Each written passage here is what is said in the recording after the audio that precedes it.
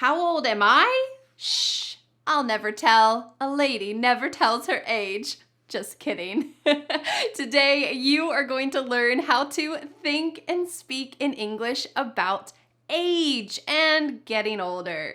Hi, I'm Vanessa from speakenglishwithvanessa.com, and like always, I have created a free PDF worksheet with all of today's important vocabulary, definitions, sample sentences, and at the bottom of the worksheet, you can answer Vanessa's challenge question so that you never forget what you've learned. You can click on the link in the description to download that free PDF worksheet today. It is my gift to you. Today, I'm going to tell you a little story about growing older that happened to me, and I'm going to be helping you with some of the key vocabulary in the story so that you can use that too when you're speaking in English. Are you ready to get started? Let's start with the story. Recently, I went to the grocery store to buy some wine, and the 16-year-old cashier asked to check my ID. Okay, so I don't know if this 16-year-old cashier was actually 16 years old, but I wanted to introduce you to this useful way of describing age. Do you notice something about this expression? There are two hyphens, 16 hyphen, year hyphen, old, cashier. This is an adjective describing cashier. So we could say, my 4-year-old son loves snakes. It's true. He loves all kinds of snakes. And here I'm using it as an adjective to describe what? To describe son, my son. My 4-year-old son, the 16-year-old cashier. Now there's another way to talk about age, which you'll see in an upcoming sentence. So keep this in mind, and let's go on to the next part of the story. In the US, you'll get carded if you look younger than 50 years old. They're pretty strict about underage drinking. Do you know this lovely phrase, to get carded? It doesn't mean that they're giving me a greeting card. Happy birthday, Vanessa. No. Instead, it just means that the cashier is checking my ID to make sure that I'm old enough to buy something. Usually it's tobacco or alcohol. So if you look under the age of 50, you will get carded most likely. They'll say, "Can I see your ID?" or "Do you have an ID?" Sometimes they'll say, "What year were you born in?" if they're pretty sure that you're over the age of 21, which is the legal drinking age in the US, but usually you'll get carded. And sometimes, I know I have some older neighbors, they're 55 years old. When they go to buy alcohol and they get carded, they get so excited. "Oh, you think that I'm under 21 years old? Yes, I will show you my ID, no problem." And this is a big part of American culture, that they are strict about underage drinking. That doesn't mean that people underage don't drink. They definitely do, but this is just the legal system. Remember how we just talked about 16-year-old cashier? Take a look at the phrase I just used, 50 years old. What's the difference between these two? 16-year-old cashier and 50 years old. It's the S, and there's hyphens in the first one. So here, take a look at how we're going to grammatically use the second one. He is 50 years old. I am 500 years old. Amazing. So here we are going to be using the S when we are simply stating an age. He is 50 years old. But we could say he is a 50-year-old man. Notice how we added man to the end, and we need those hyphens when we're adding the noun at the end. Lots of ways to talk about age. Okay, let's continue with the story and see what happened at the grocery store. Well, the girl looked at my ID and said, "Oh, my mom was born in 1987 too." What? I have never felt so old. I know that 36 years old is not old, but it made me feel old. Let's talk about this phrase, to feel old. I know that 36 years old is not really old, but it made me feel old. So here we have a discrepancy between my true age and how I feel. I think this has happened to everyone at some point. Maybe you're watching a professional sport and you realize, oh, everyone playing that professional sport is younger than me? What? There becomes a turning point when you're becoming wiser, more mature, and older along the way. So you might say, I remember when my cousins were born and now they're graduating from high school. It makes me feel so old. All right, let's continue with the story. Yes, I felt old, but I know that age is just a number. It's all about your mindset and your creaky knees, right? This phrase might exist in your native language as well. Age is just a number.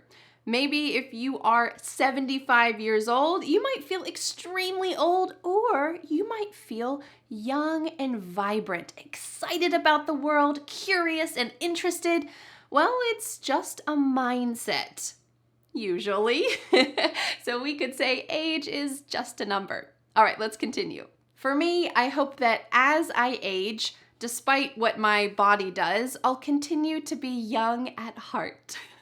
Did you notice that I used this word differently than usual? I said, I hope that as I age. I used it as a verb. Usually the word age is a noun, right? What is your age? But here we're talking about to age, which means simply to get older. So you might say something like this. Everyone ages. It's just a part of life. Isn't that true? Everyone ages. A lovely verb.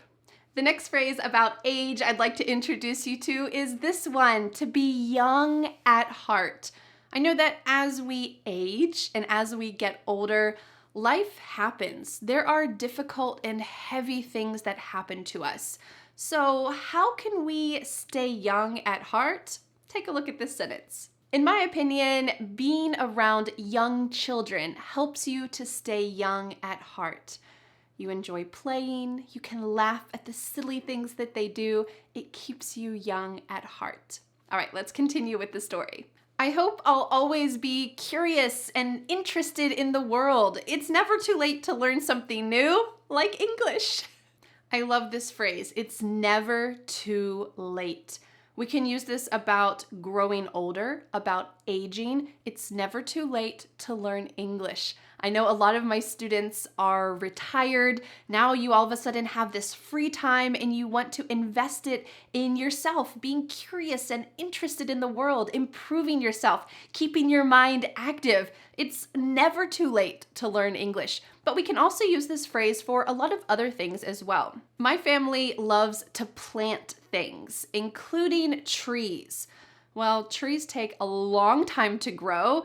And yes, I wish I had planted trees 10 years ago, but I could use this phrase. It's never too late to plant a tree. Start today, and in 50 years, it will be a big, mature tree. It's never too late. All right, let's continue.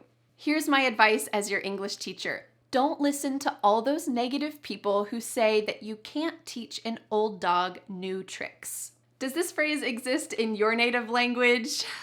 Unfortunately, this is quite a negative phrase that's usually meant to discourage people. Or if you feel like you're not learning something fast enough, you might use this and say, I got my first cell phone last week and I just can't figure it out. I guess you can't teach an old dog new tricks. But the truth is, you can keep your mind open. Your style of learning might be slightly different. Your results might be slightly different. But do you know what? It is worth it to keep your mind active and always learning new things that interest you. All right, let's continue. A lot of my older and wiser students tell me that they are learning English in order to keep their mind young. What a great idea. I love it. This phrase, to keep your mind young, means that even though your body is getting older, maybe your body is not capable of the same agile, fast, difficult things that you used to do when you were younger, your mind can stay young and active. There are a lot of ways that you can do this. The number one way is to speak English with Vanessa, of course.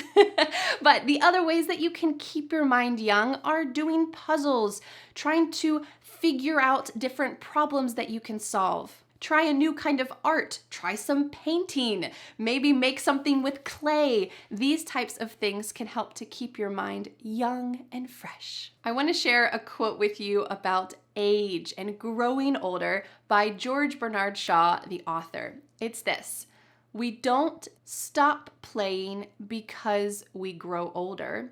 We grow older because we stop playing. Of course, you can't stop the aging of your body, but here he's talking about the aging of the mind. If you continue playing, enjoying things, finding the joy in the little moments of life, your mind will stay young. Wonderful idea. Well, congratulations on keeping your mind young with me and being young at heart. Don't worry, you can teach an old dog new tricks. It's never too late to learn something new.